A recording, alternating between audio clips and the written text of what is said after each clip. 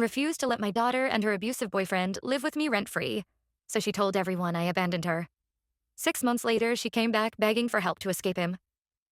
I'm Sophia, 58F, and I've been a single mother to my daughter Jolie, 26F, since her father James passed away in a car accident when she was just 5 years old. James and I met in college and married young. We were happy, but our relationship wasn't without its challenges. James struggled with depression, which sometimes made our home life difficult. When he died, it felt like my world had ended. But I knew I had to stay strong for Jolie. Raising Jolie alone wasn't easy. I worked as a high school English teacher during the day and picked up tutoring jobs in the evenings to make ends meet. There were nights when I'd stay up late grading papers, only to wake up at dawn to pack Jolie's lunch and get her ready for school. It was exhausting, but seeing Jolie grow into a bright, curious child made it all worthwhile. As Jolie grew up, our relationship was generally good, but she could be challenging at times. She inherited her father's passionate nature, which often translated into a strong will and a tendency to push boundaries. In her early teens, she went through a rebellious phase that tested my patience to its limits.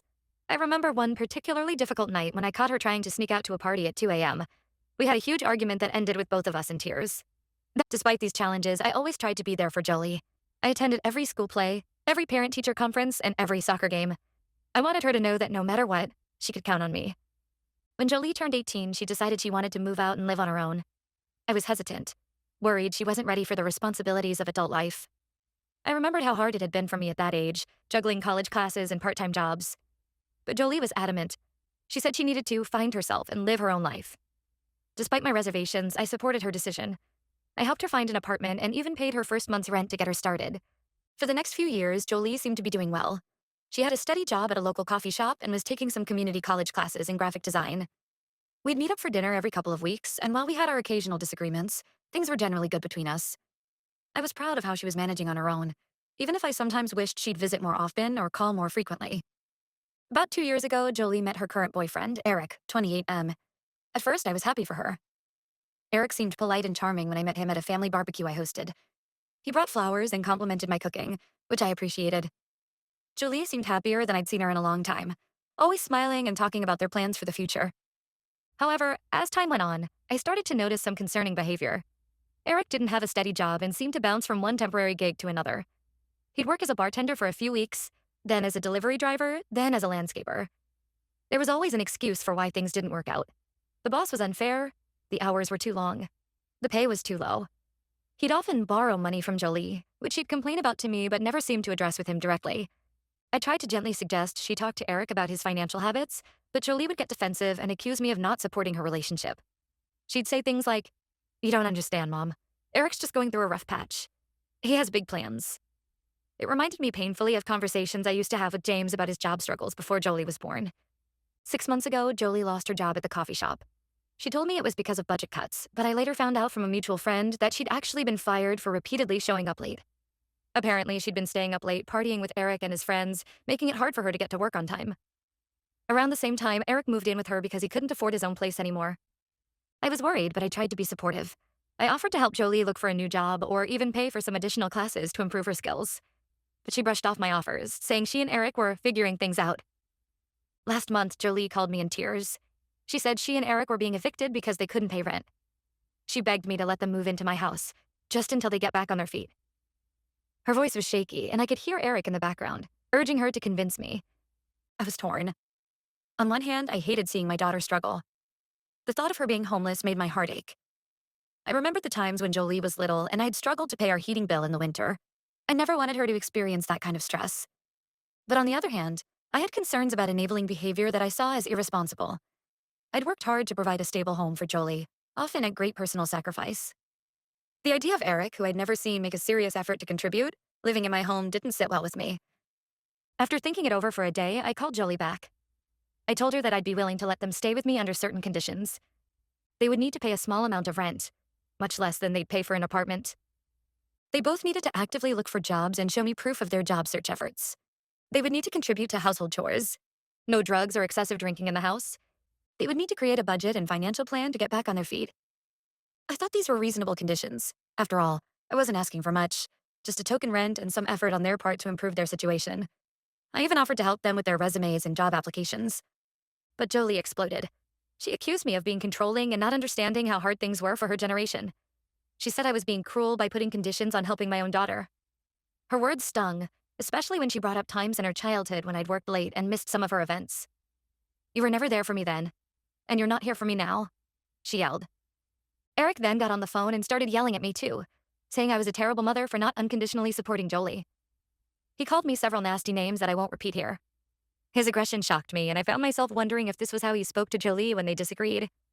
I stood my ground and said those were my conditions. Take it or leave it. Jolie hung up on me. For the next week, Jolie bombarded me with texts and calls, alternating between begging and guilt tripping. She brought up every mistake I'd ever made as a parent and accused me of never really loving her. It was emotionally exhausting. Each message felt like a knife to my heart, but I kept reminding myself that I was trying to do what was best for Jolie in the long run. Eventually, I stopped responding to her messages. I felt terrible about the situation, but I also felt like I'm doing the right thing by not enabling behavior that I see as harmful in the long run. I kept thinking about my own parents, who had always bailed me out of every difficult situation. It wasn't until I was forced to stand on my own 2 feet that I really grew as a person. Yesterday, I found out from my sister that Jolie and Eric have been telling everyone in the family that I kicked them out onto the street and refused to help them at all. They're painting me as a heartless monster who doesn't care if her own daughter is homeless. My sister said that some family members are talking about pooling money to help Jolie and Eric, seeing me as the villain in this situation. I'm hurt and angry, but I'm trying to stay calm. I know I offered help with conditions, which is not the same as refusing to help at all. But now I'm wondering if I'm being too harsh. Should I have just let them move in without conditions? Am I letting my dislike of Eric cloud my judgment? The situation is bringing up a lot of old feelings and insecurities. I keep thinking about the times when Jolie was young, and I was struggling to balance work and parenting. Did I fail her in some way that led to this? Should I have been stricter when she was younger, or more lenient? I love my daughter more than anything in this world, and the thought of her suffering tears me apart. But I also worry that if I give in now, I'll be setting a precedent that will only lead to more problems down the road. Am I the asshole for refusing to let my daughter and her boyfriend live with me rent-free and without any conditions? Update 1. It's been about a month since my last post, and a lot has happened. First, I want to thank everyone for their advice and support. It really helped me stay strong during a difficult time. A week after my original post, I received a call from Jolie. She was crying and said she and Eric had nowhere to go. They'd been staying with friends but had worn out their welcome. She begged me again to let them move in, promising they'd follow my rules. Her voice sounded different, more desperate than angry this time. It reminded me of when she was little and would promise to be good after getting in trouble at school. Against my better judgment, I agreed to let them stay for 2 weeks while they looked for other options. I made it clear this was temporary, and my original conditions still applied. I spent the day before they arrived preparing the guest room, washing sheets, and buying some extra groceries. Part of me was hopeful that this could be a fresh start for us. The first few days were tense but okay. Jolie and Eric seemed to be making an effort. They cleaned up after themselves, and Eric even mowed the lawn without being asked. I started to think that maybe I had been too harsh in my initial judgment. One evening, Jolie and I even had a nice conversation over tea, reminiscing about some happy memories from her childhood. It felt like a glimmer of the relationship we used to have. However, things quickly went downhill. On the 4th night, I came home from work to find Eric and 3 of his friends drinking beer and smoking in my living room. The place was a mess, and it smelled like they had been smoking more than just cigarettes. Empty beer cans littered the coffee table, and there were burn marks on my couch. I was shocked. This was exactly the kind of behavior I had explicitly prohibited. I asked Eric's friends to leave and reminded him of the house rules. He got argumentative, saying I was being uptight and that Jolie had said it was okay. When I tried to talk to Jolie about it, she accused me of overreacting and making Eric feel unwelcome. She said I was suffocating them and that they needed some space to relax. It felt like all the progress we had made in the past few days had evaporated. The next day, I noticed some of my jewelry was missing from my bedroom. It wasn't just any jewelry. It was a pearl necklace that had belonged to my grandmother. She had given it to me on my wedding day, and I had been saving it to give to Jolie someday. When I confronted Jolie and Eric, they both denied knowing anything about it. I didn't have proof, but I strongly suspected one of them had taken it. The thought of one of them pawning my grandmother's necklace made me feel sick. Things continued to deteriorate over the next week. Neither Jolie nor Eric made any effort to look for jobs. When I asked about their job search, Jolie would get defensive and change the subject. Once, I overheard her on the phone, laughing about how she had me wrapped around her finger, and that she didn't need to look for a job because I would take care of everything. It felt like a betrayal of the trust I had extended to them. I also noticed food and alcohol disappearing from my kitchen at an alarming rate. Expensive cheeses and wines that I had been saving for special occasions were consumed without a second thought. When I brought it up, Eric shrugged it off, saying, "You said we could eat the food in the house." His casual disregard for my belongings and hospitality was infuriating. The final straw came when I received a call from my neighbor, Mrs. Thompson. She's a kind elderly lady who has lived next door for decades. She told me that while I was at work, Jolie and Eric had thrown a loud party that lasted until 3 a.m. Mrs. Thompson had to call the police because of the noise, and apparently there were people doing drugs on my front lawn. She was apologetic about calling the cops, but said the noise had been unbearable. I was furious. Not only had they disrespected my home and my rules, but they had also disturbed my neighbors and potentially damaged my reputation in the community I'd lived in for years. When I confronted Jolie and Eric, they tried to downplay it, saying it was just a small get-together that got out of hand. They accused me of spying on them and said I was being ridiculous for getting upset over young people having a little fun. At that point, I'd had enough. I told them they had broken my trust and violated the agreement we had. I gave them 24 hours to pack their things and leave. I felt a mix of anger, disappointment, and heartbreak as I said these words to my own daughter. Jolie burst into tears, begging me to reconsider. She said they had nowhere else to go and that I was abandoning her. She brought up her childhood again, saying I had always chosen work over her, and now I was choosing my stuff over her well-being. Her words hurt, but I knew I had to stand firm. Eric, on the other hand, became aggressive. He started yelling and knocking things over, saying I had no right to kick them out. He called me a bitter old hag and said that Jolie was better off without me. His outburst scared me, and for a moment I worried he might become violent. I stood my ground and said if they weren't out in 24 hours, I would call the police. Eric lunged at me, but Jolie held him back. Seeing him react violently only confirmed that I was making the right decision. I couldn't help but wonder if Jolie had seen this side of Eric before, and if so, why she stayed with him. The next day, they packed up and left. As they were leaving, Jolie told me she would never forgive me for this, and that I was dead to her. It broke my heart, but I knew I had to prioritize my own safety and well-being. Watching them drive away, I felt a mix of relief and profound sadness. Since then, I've changed my locks and installed a security system. I've also filed a police report about my missing jewelry, just in case. The house feels eerily quiet now, and I find myself looking at old photos of Jolie, wondering where things went so wrong. I'm still processing everything that happened. Part of me feels guilty, wondering if there was more I could have done to help Jolie.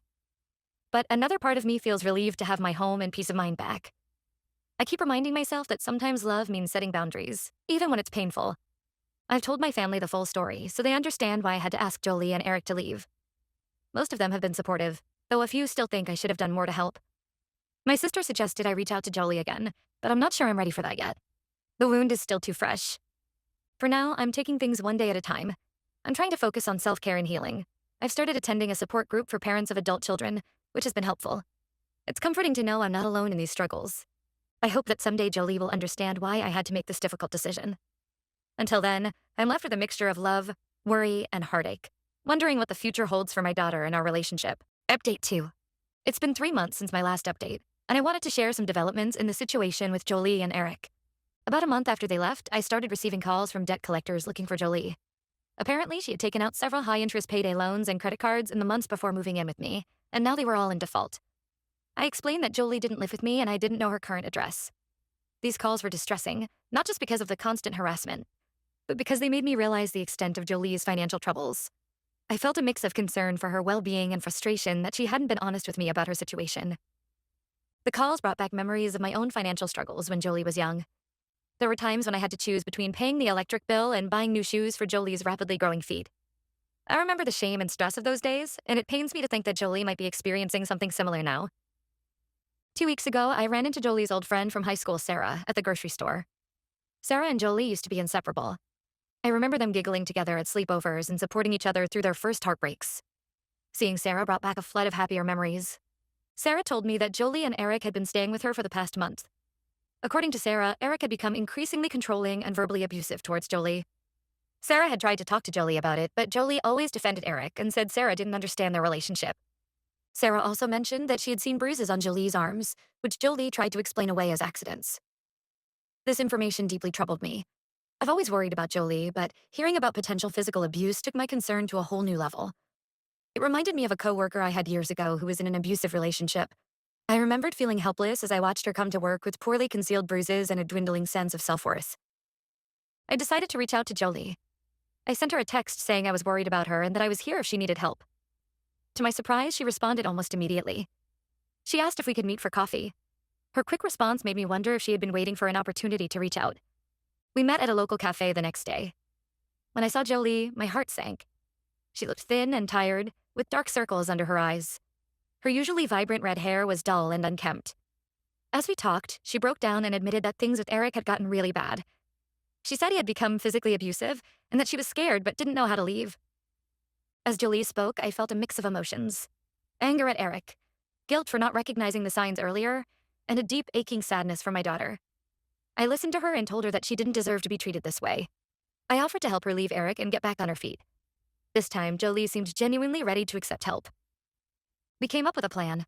I would help her move out while Eric was at work, and she would stay with my sister until she could find a place of her own. I also offered to help her find a job and connect her with resources for domestic abuse survivors. The next day, we executed our plan. We quickly packed up Jolie's belongings and moved her to my sister's house. It was tense and emotional, but we managed to get everything done before Eric returned. As we drove away from the apartment, I saw Jolie visibly relax, as if a weight had been lifted from her shoulders. Jolie is now safely staying with my sister. She's attending counseling sessions and looking for a job. It's early days, but I'm cautiously optimistic.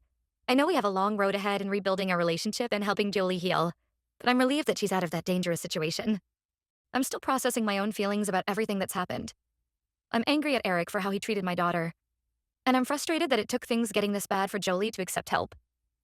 But mostly, I'm just grateful that Jolie is safe and that we have a chance to repair our relationship. The situation has made me reflect on my own past and the cycles of behavior that can be passed down through generations.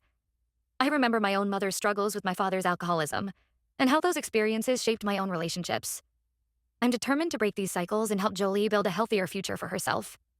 For now, I'm taking things one day at a time, offering support where I can, and trying to rebuild the trust between Jolie and me. It's a delicate balance, but I'm committed to being there for her while also maintaining healthy boundaries. Update 3. It's been 6 months since my last update, and I wanted to share how things have progressed with Jolie. After moving in with my sister, Jolie started attending therapy regularly. It hasn't been easy for her to confront her past behavior and the trauma from her relationship with Eric, but she's been committed to the process. I'm proud of the effort she's making to heal and grow. There have been tough days where she's called me in tears after a particularly difficult therapy session, but she's pushing through. About 2 months ago, Jolie found a job as a receptionist at a local dental office. It's entry level, but it's a stable job with benefits, which is a big step forward for her. She's been consistently showing up on time and receiving positive feedback from her employers. I remember how nervous she was before her first day, reminiscent of her first day of kindergarten many years ago. I helped her pick out an outfit and gave her a pep talk, just like old times. With her new job, Jolie was able to move into a small studio apartment of her own last month. I helped her furnish it with some secondhand furniture and basic necessities. Seeing her take responsibility for her own space and bills has been encouraging. The day she got her keys, we celebrated with a small housewarming party. It was just the two of us, painting her living room and eating pizza on the floor, but it felt like a significant milestone. Our relationship is slowly improving. We've been having weekly dinners together, which gives us a chance to talk and reconnect. Sometimes we cook together, laughing over my failed attempts to follow new recipes, just like we used to when she was in high school. Jolie has apologized for her past behavior and the hurtful things she said. While I haven't forgotten the difficult times we went through, I'm choosing to focus on moving forward and rebuilding our bond. Jolie has also been working on her finances. She set up payment plans for her outstanding debts and is learning to budget. It's a long process, but she's making progress. I've been careful not to enable her financially, but I did help her set up a meeting with a financial advisor who specializes in helping young people get out of debt. Watching her take control of her finances reminds me of my own journey after James passed away, and I feel a sense of pride in her determination. As for Eric, we haven't heard from him directly, but Jolie did get a call from one of his friends a few months ago. Apparently, Eric had been arrested for drug possession and was facing potential jail time. While it's a difficult situation, Jolie has remained firm in her decision to keep her distance from him. I can see the conflict in her eyes sometimes, but she's standing strong in her resolve to prioritize her own well-being. Looking back on everything that's happened, I realize how close we came to losing each other. While I don't regret setting boundaries, I'm grateful that we found a way to come together when it really mattered. Jolie is showing real growth and maturity, and I'm cautiously optimistic about our future. There are still challenges ahead. Jolie is still working through her trauma, and rebuilding trust takes time. We've had moments of tension and disagreement, but we're learning to communicate better and work through our issues. Last week, we had a heart-to-heart conversation about some of the painful moments from her childhood. And while it was difficult, it felt like we both came away with a better understanding of each other. For now, I'm thankful for the progress we've made and hopeful for what the future holds. I'm learning to balance being supportive with allowing Jolie to stand on her own 2 feet. It's not always easy, but seeing her grow and heal makes it all worthwhile.